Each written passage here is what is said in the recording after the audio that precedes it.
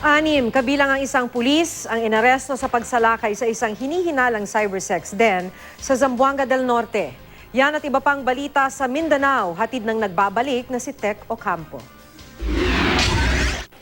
Nakatakas ang isang hinihinalang miyembro ng Abu Sayyaf Group habang ibinebiyahe patungong Zamboanga City Jail mula sa Hall of Justice na lungsod. Ayon sa pulisya, nakapagtanggal pala ng posa sa mga suspect na sina Alnur Yusuf at Jamal Labuan. Bigla na lang daw tumalon mula sa van ng dalawa. Nahabol ng pulis si Labuan pero nakatakas naman si Yusuf. Patuloy ngayon ang pagtutis sa kanya. Iniimbestiga naman ang dalawang pulis na natakasan. Sa Katipunan, Zamboanga del Norte naman, sinalakay ng pulisya ang isang bahay na ginawa manong cybersex den. 6 na individual ang inaresto ng pulisya, kasama na si Police Officer 2 Joel Villeno na umuupa raw sa naturang bahay. Nakadistino si Villeno sa Katipunan Municipal Police Station. Sabi na may-ari ng bahay, nagpakilala raw si Villeno na miyembro ng PIDEA.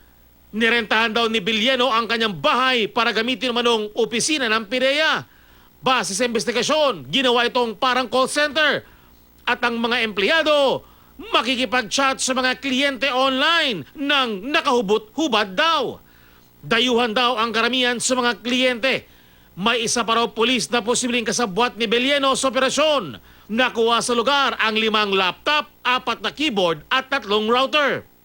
May mga nakita ring mga resibo ang mga otoridad na anilay patunay na nagpapadala ng mga dolyar ang mga kliyenteng dayuhan. Tumanggi magbigay ng pahayag ang mga suspect. Nasunog ang aabot sa 6 na bahay sa barangay Santa Catalina sa Zamboanga City. Mabilis na kumalat ang apoy sa mga bahay na gawa sa light materials. Isa sa iniimbestigahan ngayon ang posibilidad na nagmula sa jumper ng kuryente ang sunog. Inilikas ang mga apektadong pamilya sa isang paaralan doon. Patuloy ang investigasyon sa insidente. Yan ang mga balita sa Mindanao. Tech Ocampo reporting.